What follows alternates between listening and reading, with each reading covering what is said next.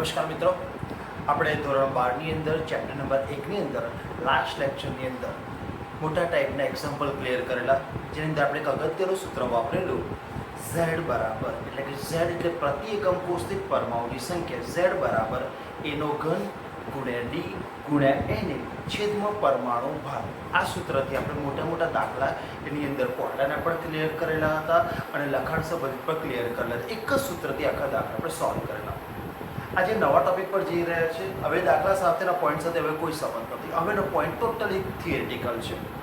હવેનો જે પોઈન્ટ જે ચાલુ થાય છે એ ટાઇટલ છે સ્ફટિકમાં ક્ષતિ, સ્ફટિકમાં ખામી. પ્રશ્ન થાય સ્ફટિકમાં ક્ષતિ એટલે શું?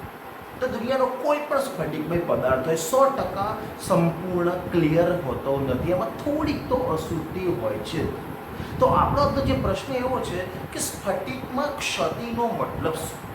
તો આપણે એ અર્થમાં વિચારો, સ્ફટિકની અંદર જે ગોઠવણી હોય, આ ગોઠવણીની અંદર કોઈ કારણસર અનિયમિતતા જોવા મળે, વિચલન જોવા મળે તો એને સ્ફટિકમાં ક્ષતિ કહેવામાં આવે. એટલે કદાચ પ્રશ્ન પૂછે કે ઘન પદાર્થોમાં સ્ફટિકમાં ક્ષતિ એટલે શું, તો તમારે આટલું બોલવાનું, તેની આદર્શ ગોઠવણમાં કોઈક સ્થાને વિચલન જોવા મળે અથવા કોઈક સ્થાને અનિયમિતતા જોવા મળે તો તેને સ્ફટિકમાં ક્ષતિ કહેવામાં આવે છે. ક્ષતિના પ્રકારો જોવામાં આવે તો વિશાળ અર્થમાં જોવામાં આવે તો ક્ષતિના બે પ્રકારો છે, એક રેખા ક્ષતિ અને બિંદુ ક્ષતિ. આ ચેપ્ટરની અંદર આપણે બિંદુ ક્ષતિ વિશે ડિટેલમાં અભ્યાસ કરવાનો છે. તો ટોપિક જોઈએ. જો આપણે અંદર 1.9 પોઈન્ટ પર છે, ઘન પદાર્થોમાં અપૂર્ણતા એટલે ક્ષતિ. તો જો સ્ફટિકમય ઘનમાં આવેલ ઘટક કણોની ગોઠવણીમાં અનિયમિતતા, અનિયમિતતાને તમે વિચલન લખશો તો પણ ચાલશે, તેને ક્ષતિ કહેવામાં આવે છે. આ પ્રશ્ન થાય ક્ષતિ ઉત્પન્ન કેવી રીતે થાય? તો જ્યારે સ્ફટિક બનતો હોય, જ્યારે સ્ફટિક બની રહ્યો હોય, તમે ભલે એક નાનો સ્ફટિક બોલી રહ્યો છે પણ અંદર ઘટકોની સંખ્યા બહુ જ મોટી હોય છે. તો જ્યારે સ્ફટિક બનતો હોય ત્યારે તાપમાનમાં વધારો થયેલો હોય, દબાણમાં વધારો થયેલો, કોઈક તો કારણ હોય કે જે સ્ફટિકમાં ક્ષતિ લાવી શકે છે. એટલે એવું ક્યારેય ના વિચારજો કે સંપૂર્ણ 100% શુદ્ધ સ્ફટિકમય પદાર્થ, અંદર કોઈક તો ખામી હોઈ શકે છે. તો આ ગોઠવણીમાં અનિયમિતતા હોય એ સંદર્ભમાં આપણે વિચારો છે, એને ક્ષતિ કહેવામાં આવે છે. સ્ફટિકમાં ક્ષતિના મુખ્ય પ્રકારો વિશાળ અર્થમાં જોવામાં આવે તો રેખા ક્ષતિ અને બિંદુ ક્ષતિ. પ્રશ્ન થાય કે રેખા ક્ષતિ એટલે શું? રેખા શબ્દ વિચાર એટલે રેખા એટલે અસંખ્ય ઘટકણો આવેલા હોય એક લાઈનની અંદર આપણે રેખા કહીએ છીએ.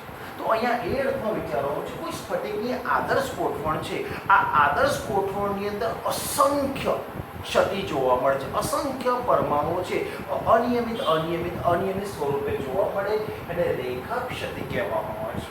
મતલબ સમજો, સ્ફટિકની જે ગોઠવણ છે, આ ગોઠવણમાં રહેલા જે ઘટકકણો છે, બધા જ ઘટકકણો અનિયમિત સ્વરૂપમાં હોય તેને રેખા ક્ષતિનું ઉદાહરણ કહેવાય.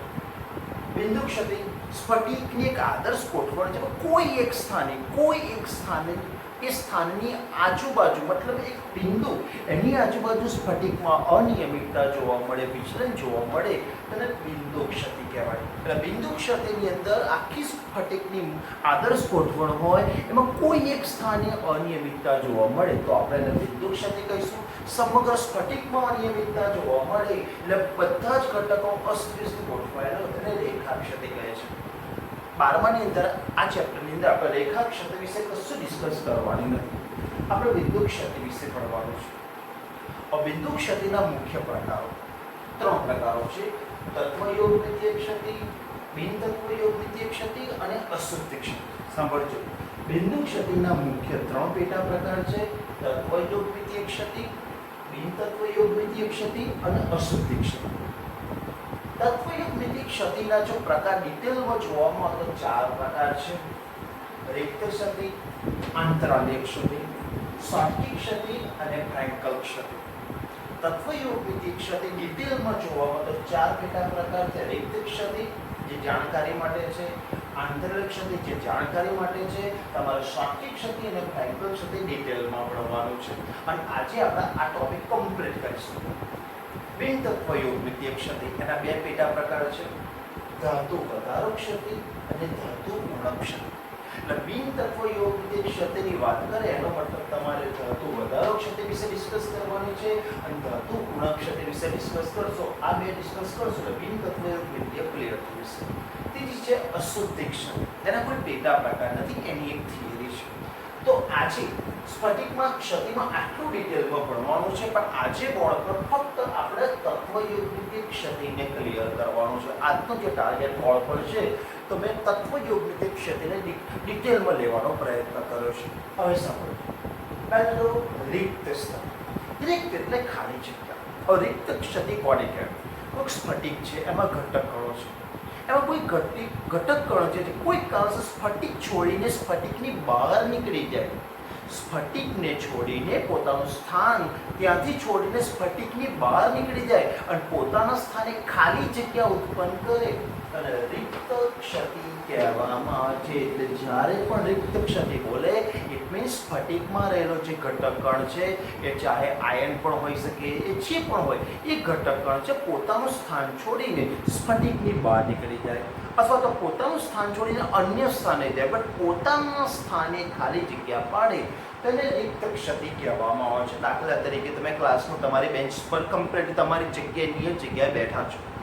કોઈક દિવસ તમને વિચાર થયો કે આજે મારે આ જગ્યાએ નથી બેસવું, મારા બીજા મિત્ર જોડે બેસવું છે, તો તમારી જગ્યા ખાલી રહી, તમે બીજા સ્થાને ગયા પણ તમારી જગ્યા ખાલી પડી, તેને રિક્ત ક્ષતિ કહેવામાં આવે છે. મતલબ તમારું જે મેઇન સ્થાન છે એ સ્થાનથી તમે ચલિત થઈને અન્ય સ્થાને ગયા અને પોતાના સ્થાને ખાલી જગ્યા ઉત્પન્ન થાય, એ સ્થાન ખાલી છે તો એને રિક્ત ક્ષતિ કહેવામાં આવે છે.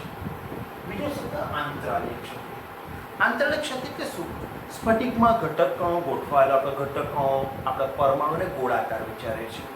ઘટક કણો એકબીજાની પાસે ગોઠવાયેલા હોય તો વચ્ચે જે ખાલી જગ્યા પડે, ઘટક કણો ગોઠવાયેલા, આપણે વિચારો દડાઓ કમ્પ્લીટલી ગોઠવાયેલા છે, તો એકબીજા સાથે તો વચ્ચે જે ખાલી જગ્યા પડે છે, એ ખાલી જગ્યામાં જો એ ઘટક કણ ગોઠવાઈ જાય, એટલે કે આંતરાલીય સ્થાનમાં ઘટક કણ ગોઠવાઈ જાય તેને આંતરાલીય ક્ષતિ કહેવાય. એટલે જ્યારે પણ આંતરાલીય ક્ષતિ કહો એટલે તમારે સમજી લેવાનું, આંતરાલીય સ્થાનમાં પરમાણુ ગોઠવાય છે તેને આંતરાલીય ક્ષતિ કહેવામાં આવે છે. રિક્ત ક્ષતિ મેં કીધું પોતાનું સ્થાનથી ચલિત થાય ને અન્ય સ્થાને જાય, પોતાના સ્થાને ખાલી જગ્યા પડે તો રિક્ત ક્ષતિ. આંતરાલિક ક્ષતિમાં ઘટક કણ અથવા કોઈ ધન આયન છે એ આંતરાલીય સ્થાનમાં ગોઠવો. જ્યારે પણ આંતરાલીય સ્થાન કહો એટલે મગજમાં રીતે વિચારો છે ગોળાકાર પરમાણુ પાસે ગોઠવવામાં આવે તો એમની વચ્ચે નાની ખાલી જગ્યા હોય છે. તમે જોજો 10-12 પ્લાસ્ટિકના દડા તમે લો અને પાસે ગોઠવો તો વચ્ચે નાની ગોળાકાર ખાલી જગ્યા રહેશે, એને આંતરાલીય સ્થાન કહેવાય. અને કોઈ ઘટક કણ જો આંતરાલીય સ્થાનમાં ગોઠવાય તેને આંતરાલીય ક્ષતિ કહેવામાં આવે છે. પરીક્ષા લક્ષી શોર્ટકી ક્ષતિ ને ફ્રેન્કલ ક્ષતિ લેવાની છે, તો અહીંયા મેં શોર્ટકી ક્ષતિ ને ફ્રેન્કલ ક્ષતિ થિયરી દ્રષ્ટિએ તફાવતની દ્રષ્ટિએ પણ લીધો છે. આખી થિયરી પણ કમ્પ્લીટ આવી ગઈ છે, તો મેં આજનો પ્રશ્ન બનાવ્યો છે તફાવત સ્વરૂપે. તફાવત આપો શોર્ટકી ક્ષતિ ને ફ્રેન્કલ ક્ષતિ. બુકમાં પહેલો ફ્રેન્કલ છે અને પછી શોર્ટકી ક્ષતિ છે. મેં પહેલું શોર્ટકી ક્ષતિ ને ફ્રેન્કલ ક્ષતિ લીધું. તમારો તફાવત પણ ક્લિયર થશે અને બંને ટૂંકનો પણ ક્લિયર થશે. હવે સાંભળો, આપણો પોઈન્ટ છે પહેલું આ બધું શોર્ટકી ક્ષતિ. હું શોર્ટકી ક્ષતિ જ્યારે પણ બોલું અને ફ્રેન્કલ ક્ષતિ જ્યારે પણ બોલું તો તમારે એક શબ્દ ક્લિયર રાખવાનો, આયોનિક ઘનમાં જ આ ક્ષતિ જોવા મળે છે. આયોનિક ઘન હોય એની અંદર શોર્ટકી ક્ષતિ અને ફ્રેન્કલ ક્ષતિ જોવા મળે છે. એટલે આના જે પણ તમે ઉદાહરણ બોલશો એ આયોનિક પ્રકારના હોવા જોઈએ. પણ શોર્ટકી ક્ષતિ તમે અંદર ધ્યાનથી જોજો, ધન આયન અને ઋણ આયન બંનેનું કદ સમાન છે. તો શોર્ટકી ક્ષતિમાં પહેલો મુદ્દો છે કે તે આયોનિક ઘન પદાર્થોમાં જોવા મળે છે. બીજું, તેમાં ધન આયન અને ઋણ આયનનું કદ સમાન હોય છે. યાદ રાખજો, શોર્ટકી ક્ષતિ બોલવામાં આવે એટલે જેટલી ધન આયનની રેડિયસ એટલે કે ત્રિજ્યા હશે એટલી જ ઋણ આયનની ત્રિજ્યા હોય. તો ધન આયન અને ઋણ આયન બંનેનું કદ સમાન હોય છે. ફ્રેન્કલ ક્ષતિમાં જોવામાં જરા ધ્યાનથી જો, ધન આયનનું કદ નાનું છે, એની સાપેક્ષમાં ઋણ આયનનું કદ મોટું છે. તો તમે પહેલો મુદ્દો તો લખી શકો છો, તે આયોનિક ઘન પદાર્થોમાં જોવા મળે છે. બટ બીજો મુદ્દો તફાવતનો, તેમાં ધન આયનનું કદ નાનું હોય છે અને ઋણ આયનનું કદ મોટું હોય છે. એટલે તમે લખી શકો છો કદમાં તફાવત જોવા મળતો નથી, કદમાં તફાવત જોવા મળે છે. એટલે કે ધન આયન અને ઋણ આયન બંનેનું કદ સમાન હોય છે. અહીંયા ધન આયનનું કદ નાનું હોય છે અને ઋણ આયનનું કદ મોટું હોય છે. હવે સાંભળો, ઇમ્પોર્ટન્ટ તેમાં જો ક્ષતિને કારણે, હું સ્વાકી ક્ષતિ બહુ ડિટેલમાં શબ્દો બહુ સાંભળજો. જો કોઈ કારણસર ધન આયન સ્ફટિકને છોડીને સ્ફટિકની બહાર નીકળી જાય, દાખલા તરીકે ધન આયન છે, આ ધન આયન સ્ફટિકમાં પોતાનું સ્થાન છોડીને સ્ફટિકની બહાર નીકળી ગયો. સાંભળજો, જો કોઈ કારણસર ધન આયન પોતાનું સ્થાન, પોતાનું નિશ્ચિત સ્ફટિકમાં સ્થાન જો સ્ફટિકની બહાર નીકળી જાય તો વિદ્યુત તટસ્થતા જાળવવા માટે ઋણ આયન પણ, આ જે ઋણ આયન હતો એ પણ સ્ફટિકની બહાર નીકળી જાય તો આને સ્વાર્થિક ક્ષતિ કહેવામાં આવે. ટોપિક સમજો, જો કોઈ કારણસર ધન આયન સ્ફટિકની બહાર નીકળી જાય તો વિદ્યુત તટસ્થતા જાળવવા માટે ઋણ આયન પણ સ્ફટિકની બહાર નીકળી જાય છે.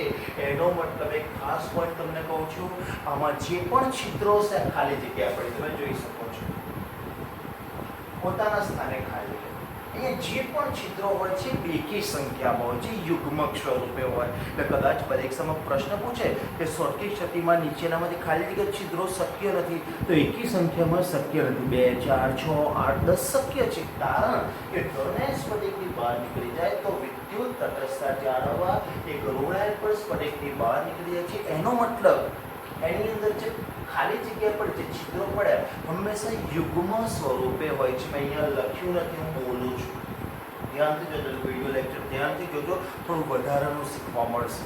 આપણે પોઈન્ટ સમજો, તેમાં જો ક્ષતિને કારણે ધન આયન સ્ફટિકની બહાર નીકળી જાય તો વિદ્યુત તટસ્થતા જો ઋણ આયન પણ સ્ફટિકની બહાર નીકળી જાય છે. તો અહીંયા એક ધન આયન પણ બહાર નીકળી ગયો, એક ઋણ આયન પણ બહાર નીકળી ગયો, તો સ્વાર્થિક ક્ષતિ વિશે ડિસ્કસ કરે છે. એટલે તમે કહી શકો છો તેમાં રિક્ત ક્ષતિ જોવા મળે છે, કારણ કે પોતાના મૂળ સ્થાને ખાલી જગ્યા પડે, અને મૂળ સ્થાને ખાલી જગ્યા પડે એટલે આને રિક્ત ક્ષતિ કહેવામાં આવે છે. તો તમે એ પણ લખી શકો છો, તેમાં રિક્ત ક્ષતિ જોવા મળે છે. હવે મેઇન બરાબર જે મેં અહીંયા લખ્યું નથી, ખાસ યાદ રાખજો, સ્વાર્થિક ક્ષતિમાં છિદ્રો હંમેશા યુગ્મ સ્વરૂપે, બેકી સ્વરૂપે હોય છે, બેકી સંખ્યામાં હોય છે, ખાસ યાદ રાખજો. હવે જો તેમાં સ્ફટિકની ઘનતા ઘટે છે, યાદ રાખો, સ્વાર્થિક ક્ષતિમાં સ્ફટિકની ઘનતા ઘટે, એટલે ઘનતાનું સૂત્ર યાદ કરો, ઘનતા એટલે દળ ભાગ્યા ઘન. અહીંયા સ્ફટિકમાંના પરમાણુ બહાર નીકળી જાય છે, એટલે કે સ્ફટિકના દળમાં ઘટાડો થાય છે, કદમાં ઘટાડો થતો નથી. અને તમને ખબર છે દળનું મૂલ્ય ઘટે એટલે ડાયરેક્ટ જ ઘનતાના મૂલ્યમાં ઘટાડો થાય છે. એટલે સ્વાર્થિક ક્ષતિની અંદર સ્ફટિકની ઘનતા, ઘનત્વમાં ઘટાડો થાય છે, યાદ રાખજો. અહીંયા જોઈએ, તેમાં ક્ષતિને કારણે નાના કદનો જે ધન આયન હોય એ આંતરિક સ્થાનમાં ગોઠવાય, તમે જોઈ શકો છો.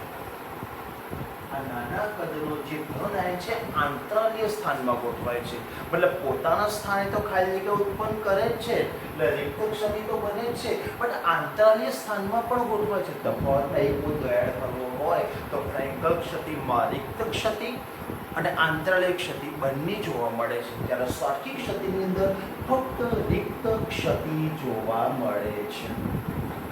તેમાં ક્ષતિને કારણે નાના તત્વો ધનના આંતરાલીય સ્થાનમાં ગોઠવાય છે. અહીંયા આંતરાલીય સ્થાનમાં ક્યારેય ગોઠવાતું નથી, એટલે મુદ્દો સ્વાર્થિક ક્ષતિમાં રિક્ત ક્ષતિ અને આંતરાલીય ક્ષતિ, સ્વાર્થિક ક્ષતિમાં માત્ર રિક્ત ક્ષતિ જોવા મળે છે, જ્યારે ફ્રેન્કલ ક્ષતિની અંદર રિક્ત ક્ષતિ અને આંતરાલીય ક્ષતિ બંને જોવા મળે છે. બીજો મુદ્દો મેં તમને કીધો, તેમાં છિદ્રો યુગ્મ સ્વરૂપે હોય છે.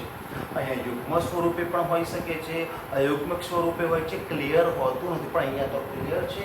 તેમાં છિદ્રોની સંખ્યા હંમેશા યુગ્મક સ્વરૂપે હોય છે, અને ફ્રેન્કલ ક્ષતિની અંદર છિદ્રોની સંખ્યા યુગ્મક સ્વરૂપે પણ હોઈ શકે, અયુગ્મ સ્વરૂપે પણ હોઈ શકે છે.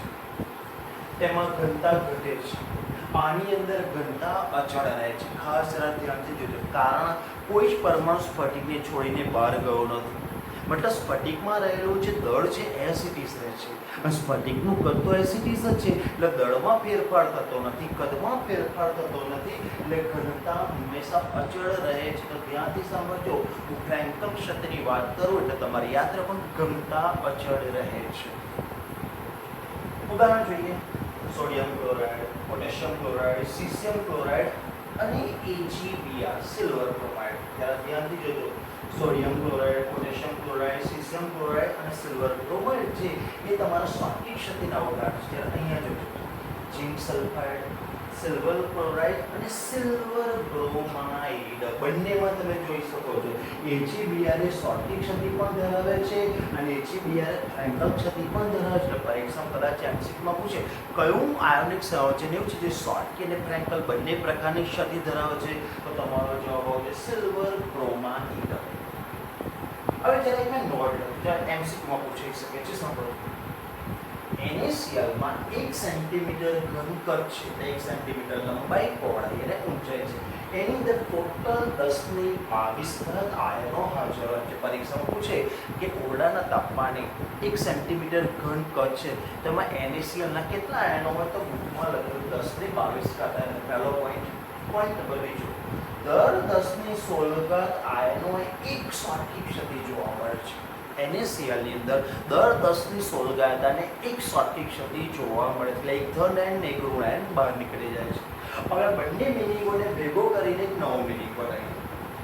NaCl માં 10⁶ સ્ફટિક ક્ષતિ પ્રતિ સેન્ટીમીટર ઘન કદમાં ઓરડાના તાપમાને જોવા મળે છે. કેવી રીતે આવે તો સાંભળો, 10⁻16 એક સ્ફટિક ક્ષતિ, તો 10⁻22 આયનો કેટલી સ્ફટિક ક્ષતિ, તો 10⁻22 / 10⁻16, તો તમારો જવાબ આવશે 10⁶.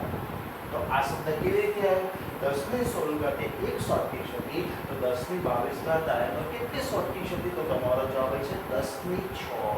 એટલે કે ઓરડાના તાપમાને 1 સેન્ટીમીટર ઘન કદની અંદર ટોટલ આયનો 10⁻22 આયનો હોય છે NaCl માટે. પોઈન્ટ નંબર બીજો, 1 સેન્ટીમીટર ઘન છે, એની અંદર આટલા આયનો તો ફાઇનલ થઈ ગયા.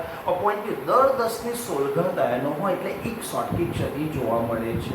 એનો મતલબ 10⁻16 અને એક સ્ફટિક ક્ષતિ, તો 10⁻22 આયનો કેટલી સ્ફટિક ક્ષતિ, તો તમારો જવાબ 10⁶ થઈ જશે. નોંધમાં એમસીક્યુમાં યાદ રાખવાનું છે.